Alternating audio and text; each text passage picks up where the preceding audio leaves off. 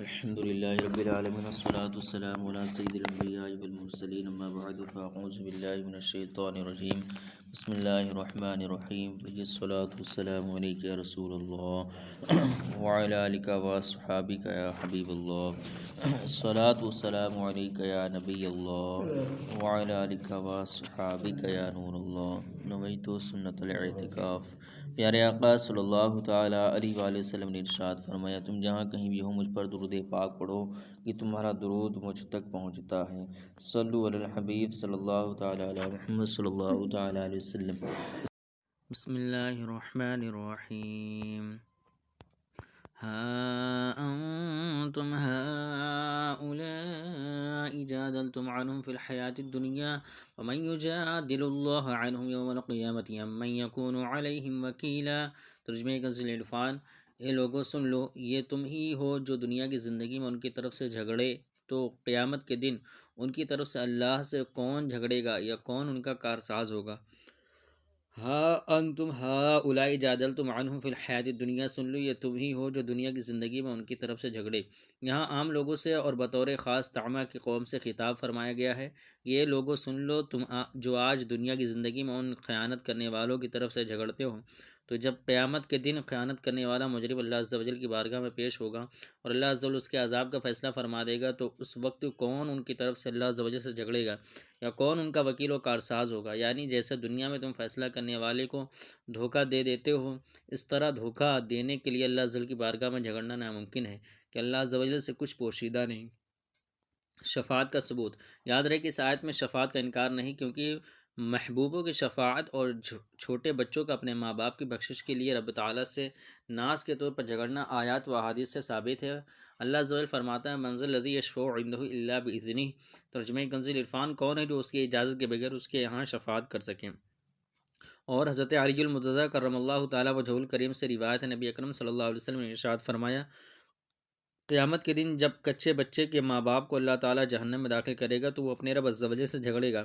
فرمایا جائے گا، ایھا السقط المراغب ربہ، یعنی ایک کچے بچے اپنے رب سے جھگڑنے والے اپنے ماں باپ کو جنت میں لے جا، تب وہ انہیں اپنے ناف سے کھینچے گا حتیٰ کہ انہیں جنت میں داخل کر دے گا، مگر یہ جھگڑا رب کی بارگاہ میں ناز کا ہوگا۔ اللہ تعالیٰ علیہ ومن يعمل سوءا أو يظلم نفسه ثم يستغفر الله يجد الله غفورا رحيما ومن يكسب إثما فإنما يكسبه على نفسه وكان الله عليما حكيما ومن يكسب خطيئة أو إثما ثم يرم به بريئا فقد احتمل بہتانا وإثما مبینا۔ ترجمہ کنز العرفان۔ اور جو کوئی برا کام کرے یا اپنی جان پر ظلم کرے پھر اللہ سے مغفرت طلب کرے تو اللہ کو بخشنے والا مہربان پائے گا، اور جو گناہ کمائے تو وہ اپنی جان پر ہی گناہ کما رہا ہے، اور اللہ علم و حکمت والا ہے۔ اور جو کوئی غلطی یا گناہ کا ارتکاب کرے پھر کسی بے گناہ پر اس کا الزام لگا دے تو یقیناً اس نے بہتان اور کھلا گناہ اٹھایا۔ ومن يعمل سوء، اور جو برا عمل کرے۔ اس آیت اور اس کے بعد والی 2 آیات میں 3 چیزیں بیان فرمائی گئی ہیں۔ پہلی یہ کہ جو شخص کوئی برا عمل کرے یا اپنی جان پر ظلم کرے پھر اللہ عز و جل سے معافی کا طلبگار ہوا اور سچی توبہ کرے اور اس کے تقاضوں کو پورا کرے تو وہ اللہ عز و جل کو غفور و رحیم پائے گا۔ سبحان اللہ۔ دوسری بات یہ ارشاد فرمائی کہ جو گناہ کرے گا وہی اس گناہ کا وبال اٹھائے گا، یہ نہ ہوگا کہ گناہ کوئی کرے اور اس کا وبال کسی دوسرے کی گردن پر رکھ دیا جائے۔ گناہ جاریہ کا سبب بننے والے کو گناہ کرنے والے کے گناہ سے بھی حصہ ملے گا۔ یہاں یہ بات یاد رہے کہ جو کسی گناہ جاریہ کا سبب بنا تو اسے گناہ کرنے والوں کے گناہ سے بھی حصہ ملے گا۔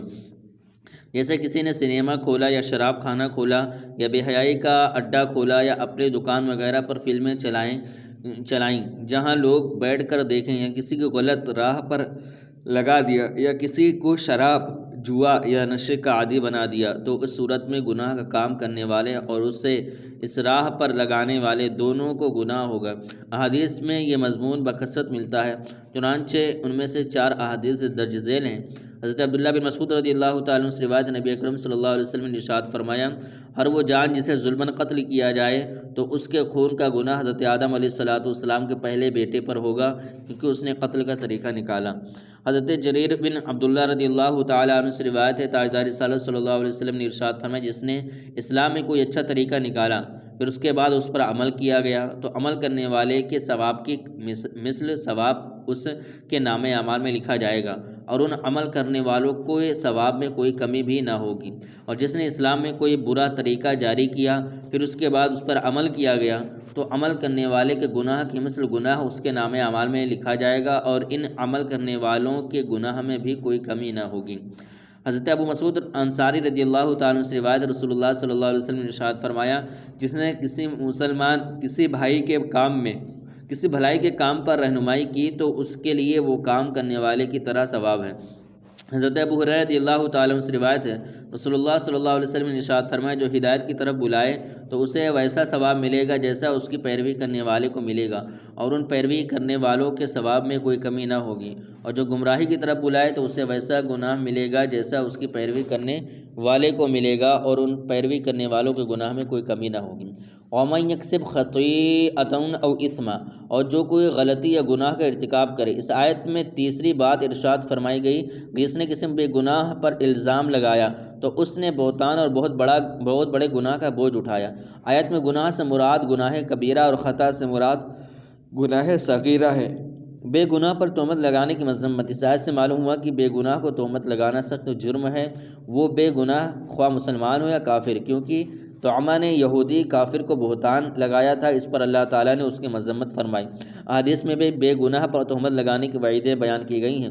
چنانچہ حضرت ابو درداء رضی اللہ تعالیٰ عنہ سے روایت ہے رسول اللہ صلی اللہ علیہ وسلم نے ارشاد فرمایا جس نے کسی کو کوئی ایسی بات ذکر کی جو اس میں نہیں تاکہ اس کے ذریعے اس کو عیب زدہ کرے تو اللہ تعالیٰ اسے جہنم میں قید کر دے گا یہاں تک کہ وہ اپنی کہی ہوئی بات ثابت کرے۔ اس سے مراد یہ ہے کہ وہ طویل عرصے تک عذاب میں مبتلا رہے گا۔ حضرت عمر بن عاص رضی اللہ تعالیٰ عنہ سے روایت رسول اللہ صلی اللہ علیہ وسلم نے فرمایا جس مرد یا عورت نے اپنی لونڈی کو اے زانیہ کہا جبکہ اس کے زنا سے آگاہ نہ ہو تو قیامت کے دن وہ لونڈی انہیں کوڑے لگائے گی کیونکہ دنیا میں ان کے لیے کوئی حد نہیں۔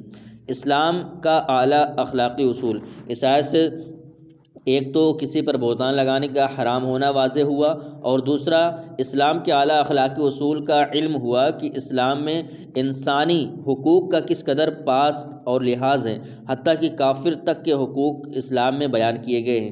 یہ واقعہ اور آیت مبارکہ کفار کے ہم سامنے پیش کرنے کی ہیں کہ دیکھو اسلام کی تعلیمات کتنی حسین اور عمدہ ہیں۔ صلو علی الحبیب صلی اللہ تعالیٰ علی محمد صلی اللہ علیہ وسلم۔